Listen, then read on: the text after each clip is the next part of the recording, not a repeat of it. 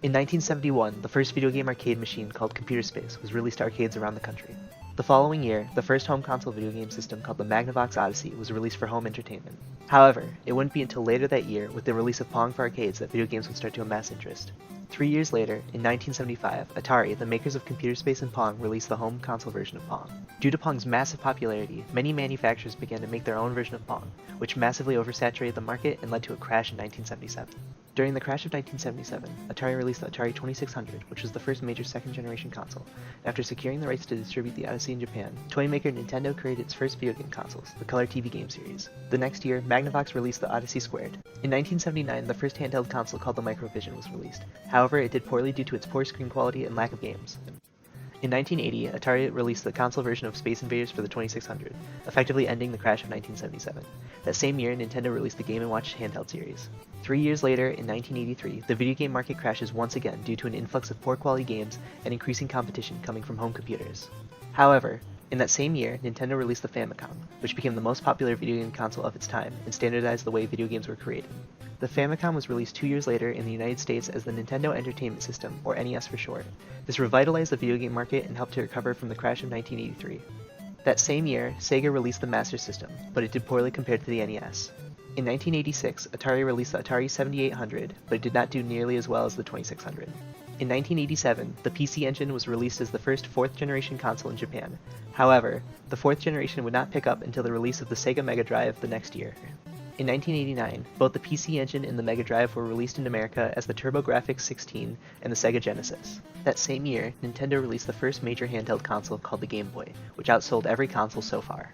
Nintendo's Super Famicom was released the next year and quickly rose to the top of the fourth-generation console sales. It was brought to America the following year as the Super NES. In 1993, the fifth generation of consoles began with the Atari Jaguar. In 1994, the Sega Saturn was released but sold poorly compared to the Genesis due to its difficult-to-program nature. And after a failed attempt to create a console in partnership with Nintendo, Japan-based company Sony released their first console, the PlayStation. In the following year, both consoles were brought to America. In that same year, Nintendo released the Virtual Boy, which was marketed as the first console capable of displaying games in 3D, but sold horribly due to its steep price and low-quality games. In 1996, Nintendo released its fifth-generation console, the Nintendo 64. While both the Nintendo 64 and PlayStation sold well, what allowed Sony to win this generation was its use of CDs instead of cartridges, which made their games much easier and cheaper to develop and distribute. In 1998, the sixth generation of consoles began with the Sega Dreamcast, which sold even worse than the Saturn due to the popularity of the PlayStation. In the year 2000, Sony released the best-selling video game console of all time, the PlayStation 2. Part of this success came from being an upgrade to the already popular PlayStation 1 and the ability to play DVDs. In the following year, Nintendo released the Game Boy Advance as a direct upgrade to the Game Boy, along with the GameCube. While the Game Boy Advance was a success, the GameCube sold poorly compared to the Nintendo 64. Microsoft also released their first console this year with the Xbox, which saw moderate success thanks to the popularity of Halo and its similarity to Windows for PC developers. After 3 years, Nintendo released the Nintendo DS, which featured 2 screens.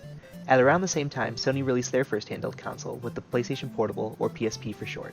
While the PSP sold really well, the DS outshined it with its touchscreen, wireless capability, and backwards compatibility with Game Boy Advance games. Currently, the Nintendo DS is the best-selling handheld console of all time, and the second best-selling console behind the PlayStation 2. In 2005, Microsoft kicked off the 7th generation of consoles with the Xbox 360, which was a direct upgrade to the Xbox and sold nearly 4 times as many units. In the following year, Sony released the PlayStation 3, which sold more than the Xbox 360 but less than the PS2. Nintendo also released the Wii, an innovative console that used a remote-like controller with motion sensitivity to create a unique experience. Its cheap price and family-oriented marketing made it the best-selling console of the generation. In an effort to cash in on the success of the Wii, Sony and Microsoft released the PlayStation Move and the Xbox Kinect in 2010. In 2011, Nintendo released the 3DS as a direct upgrade to the DS with a 3D display. However, its niche features and increased price made it sell only half as many units as the DS. In that same year, Sony released the PlayStation Vita as a successor to the PSP with the ability to stream games from the PS3 and later the PS4. But due to poor marketing, the handheld never took off. In 2012, Nintendo started off the 8th and current generation of consoles with the Wii U. While being an upgrade to the Wii that came with a tablet for in-house streaming, it sold extremely poorly due to a weak lineup of games and bad marketing.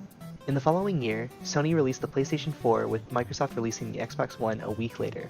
While both being a direct upgrade to the previous generation, the PS4 did much better due to its better graphics, user interface, and price. The PS4 outsold the PS3, while the Xbox One sold less than half as many units as the Xbox 360. In 2016, Sony released an upgraded version of the PS4 titled PS4 Pro, which allowed games to be played at 4K resolution or higher frame rates. We also begin to see the rise of virtual reality headsets with the Oculus Rift, HTC Vive, and PlayStation VR. In the following year, Nintendo released the Switch, a handheld console hybrid that can plug into a dock to run on the TV. As of today, it has sold nearly 3 times as many units as the Wii U, and is almost caught up to the Xbox One in sales. Microsoft also released their response to the PS4 Pro in the form of the Xbox One X, which could play games at a higher frame rate or at 2K resolution.